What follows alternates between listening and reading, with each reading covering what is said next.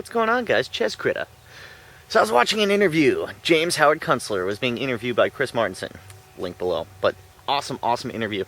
He's really one of my favorite philosophers slash futurists. And they were talking about all kinds of stuff, but basically the fact that, economically, there are no answers. And this is something interesting, because a lot of people will say this. They say, well, what are the solutions? But that's really a loaded question if you think about it, because when they say what are the solutions, what they're really asking is they say, how can I maintain my current lifestyle? How can I maintain the complexity in society? And even to the point of how can I make it more complicated? I mean, that's what they're asking. And the way that basically we've gotten to the point we have without destroying everything is through financial instruments and making things more and more complex.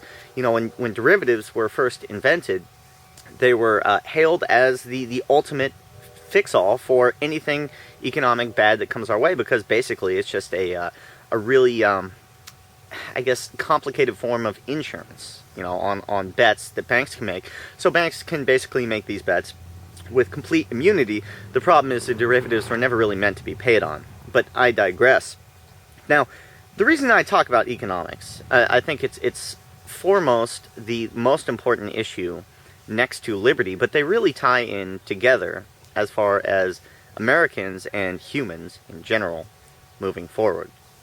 Now, the situation that we face is going to, I think, really shatter the reality of many people out there. Because in James Howard Kunstler, he was saying that, the society that we have is really kind of anomalous. That's how he described it in the current context of humanity. And what I mean by that is so everyone takes everything for granted, right? The house, the cars, rail systems, roads, all this stuff. But if you think about it, the car's really only been around for 100 years, right? But we kind of, in our current reality, we look around and we say, well, this is how society is. But at the same time, it's like the government's losing control of everything that we built. Meaning that the roads are crumbling, bridge systems, these things weren't built to last forever. And unfortunately, the money was never allocated to keep them up. And the other thing that I thought was very interesting was he explains suburbia in kind of a dire tone. So a lot of people will say suburbia, well, it's kind of like the epitome of the American dream, right? Everyone wants a house with a lawn, a dog, white picket fence, and all this. But he looks at it and he says, people say that there's no sense of community in suburbia for the most part. You might know your neighbors. Oh, hi, Jim. Hi, Tim. But it's not really like a village mentality, a society where people congregate and, get together. It's just, kind of randomness, anonymous type behavior. And that there's evidence of people, like if you drive through, especially the new tract homes that they built out here, and I'm not saying it's all the same, but if you drive through suburbia, it's like there's evidence of people, like there's evidence of kids, like there might be toys in the front yard somewhere, and you see this stuff, but it's like a neutron bomb went off. I mean, for the most part, it's like everyone's cooped up inside, and there are distraction devices, basically, all throughout their homes. You got the TV, the internet, and all this stuff, and people feel comfortable and safe there, but yet at the same token, there's no sense of humanity. And he says what it really is it's a cartoon of the American dream. So you've got a cartoon house in a cartoon neighborhood, in a cartoon economy, in a cartoon country.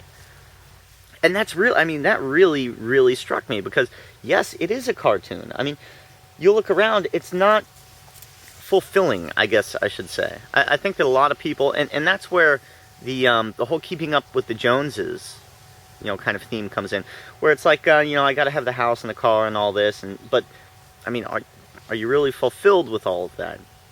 And the fact that community is, being that we are a pack animal, community is the real sense of fulfillment. Now, how this all ties in, because he again said there are no solutions, and he's predicting that this summer the currency issue is going to come to the forefront, i.e. something's going to happen with the euro, or something with the yen, or possibly even the dollar, and it's going to be one of these issues where humanity all kind of stands up at the same time and goes, uh-oh. Like, yeah, all right, now we get it. We recognize that there's a problem.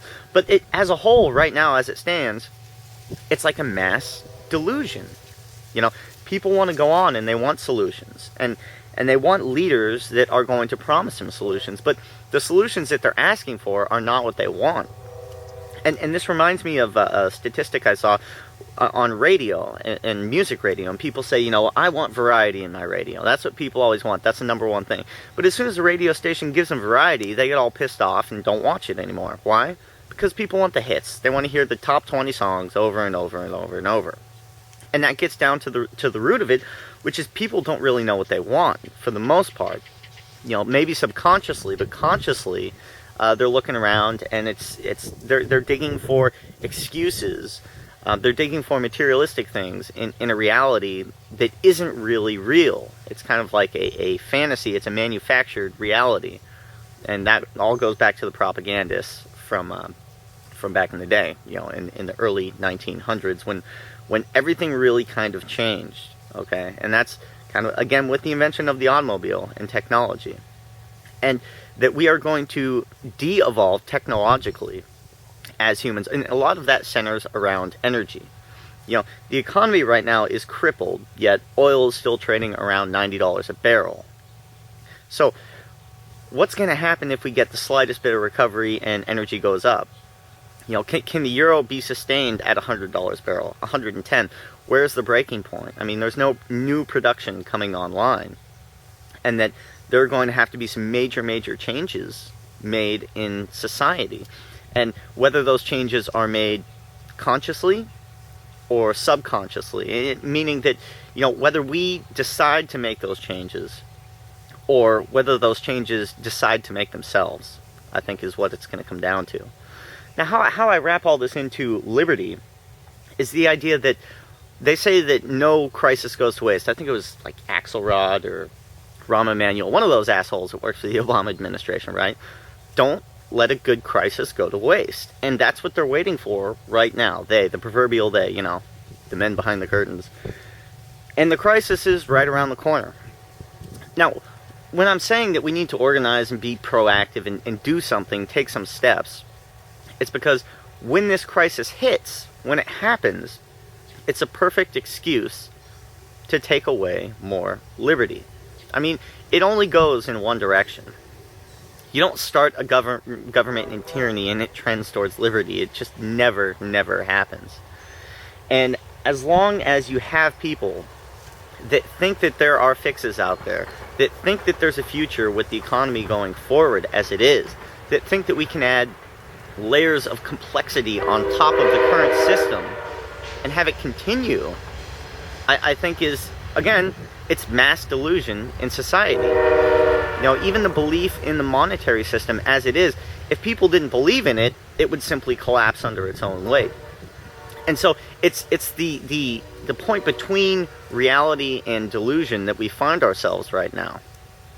And how that ends, it's really anyone's guess, but the fabric of society, the underlying fabric of society, and I'm talking the culture here, is what's really important. Do you know what I mean? Like, your family, your friends, the people around you, the people that you value. Your house isn't necessarily important. Your car is not important. But we hold these things as important in modern society. So I'm kind of rambling here, but it's a great interview if you guys want to watch it, because it pretty much states everything that I've been saying, but in much more eloquent terms, because these guys are a little bit older, more experienced in life, and can speak better on it. It's the fact that the only thing constant in life is change. And things are changing so rapidly right now. And we're expecting them to continue to trend in the upward direction. I think that 2006 really marked the peak of human ingenuity. And you might have small technological advances from here to there, but as a whole, I mean, have we really done anything? Have we made anything better? And you look around, and like they said, the roads are crumbling. We have faster computers, but the roads are crumbling. And so, where do we set our priorities? Because there's no money allocated, there's no labor, there's no energy allocated for the future. It's all allocated right now for the present. And that's something that I think that we need to look at. And if we don't get real about this and organize and at least understand what we face, then you're putting your life, you're putting society and the culture in the hands of someone else. And they're pretty good at organizing things in that direction, again, and it's not liberty.